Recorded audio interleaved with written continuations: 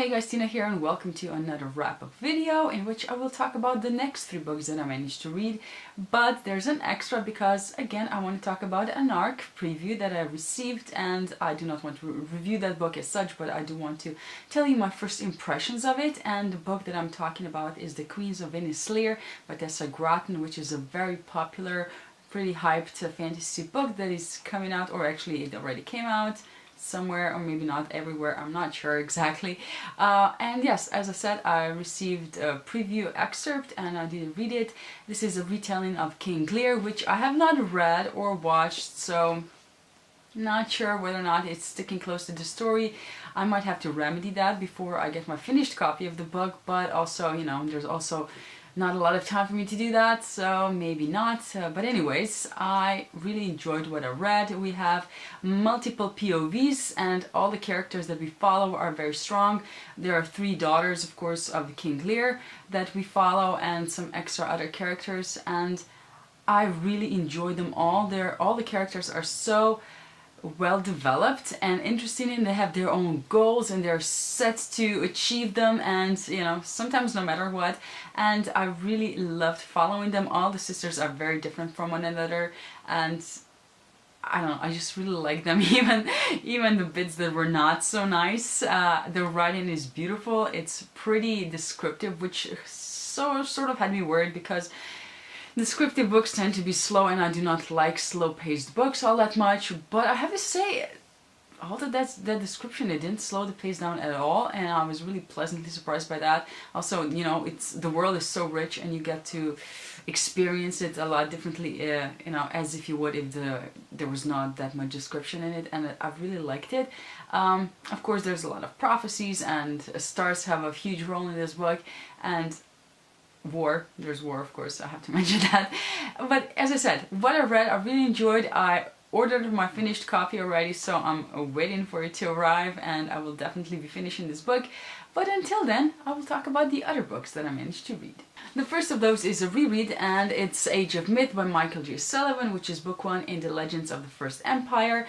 And actually this time around I listened to this because I wanted to sort of reread it for, you know, because I want to continue on with the series. Basically, the 3rd book was supposed to come out in March, I think, and now it was pushed back to June or July or something like that. So I have slightly more time now, but still, as I said, this was a reread, and I already talked about it at length in one of my previous videos last year, but still, for those of you who do not want to go back there, this is sort of a prequel series to Rhaenyra Revelations, for which Michael J. Sullivan is famous for. You don't have to read that one to read this one. This is basically taking place 3,000 years before that one, and what you learn here are basically myths in those books, and there's a lot of differences because, you know, myths do tend to change from the truth, and I really enjoy this. His world is always sort of divided between the Frey, who are fairies, and humans, who are called runes in these books, and there's this huge divide between the two because the runes, the people consider Frey to be gods because they seem to be immortal, they live for a very long time, and because of that they do feel immortal to humans. And of course there's this huge divide because the Frey basically tell people what they're allowed to do and what not, and they look down on them, they see them as animals, and there's of course war brewing in there. And at the beginning of the story we follow Wraith and his father, who cross the river that humans are not supposed to cross because they want to make a home on the other side, and that doesn't go over well because they're confronted by this Frey, and he gets killed.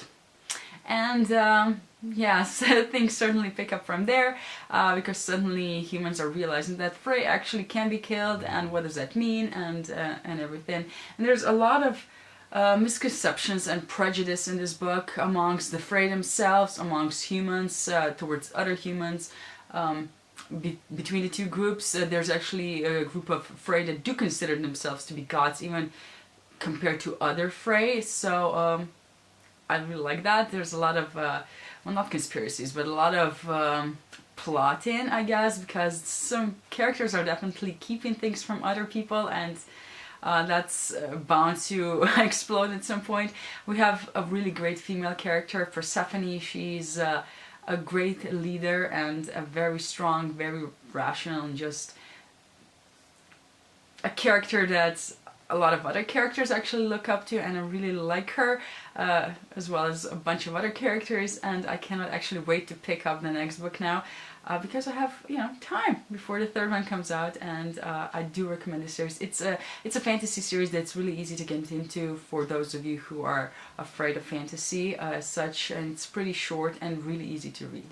The next book that I tackled is Lake Silence by Anne Bishop, which is a continuation of her other series, sort of a spin-off series, and personally I think that you should read that one if you want to read this one, because there's some events that took place in that series that affected this one, but you can just, I think as well, just read this one. I am not sure how this series is going to work, where it's going to be like a bunch of standalones or a series as such, I'm not sure, so I cannot tell you that. This is a world in which nature is very powerful. It's similar to ours, but nature actually fights back when humans try to do damaging things to it, and there are basically creatures that sort of represent natural phenomena such as thunder, wind, winter, lake, and there's also creatures such as werewolves and other creatures and vampires and such, and they're basically sort of go-betweens between humans and nature, and we follow Vicky, who moves to this small town, and she wants to sort of make a new life for herself there after the divorce, and things are not going exactly according to her plans because her ex-husband has different ideas and she gets into a bit of trouble. I liked the story. I didn't so much like Vicky because she's very anxious, very unsure, very insecure. She's very panicky. She's, I guess, a weaker type of character. Of course, the representation that she presents is great, and I like that. I don't know, she just sort of has these jumps when she's thinking and all that were so sort of pulling me out of the story. And also the writing was great for the most part, but there were sometimes just sentences inserting that I just like, why is this here? And it just sort of dragged me out of the story a bit. But all in all, I did enjoy it. I love this world, so of course I do recommend it. And the last book that I want to talk about is actually one that I have no clue what to even say about because I'm just so confused about it.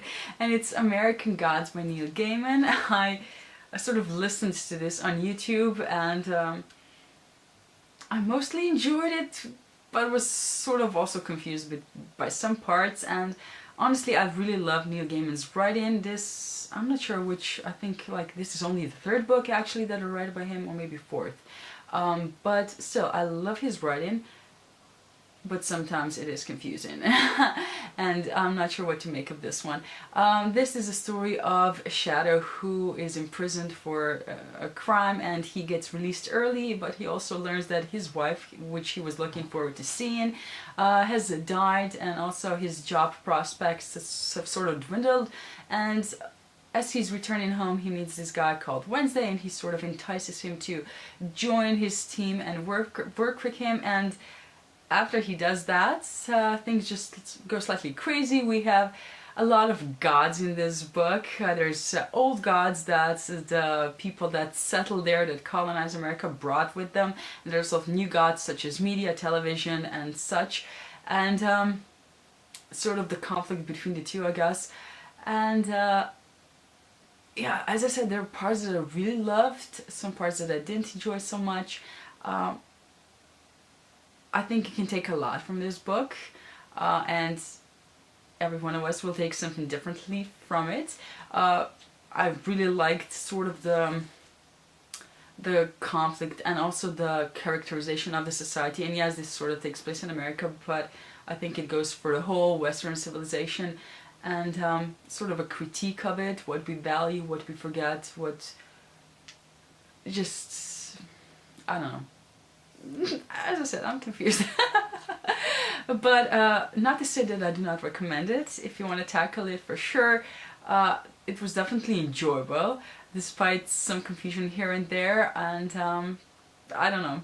As I said, if I ever figure out how I feel about this book, I will maybe make another video. But right now I'm just sort of a mess when it comes to it. But I'm looking forward to reading Anansi Boys, which is, I think, sort of a sequel to it, and I definitely want to see the TV show. And maybe things will be slightly clearer. So I'm sorry for this very unhelpful review of this book.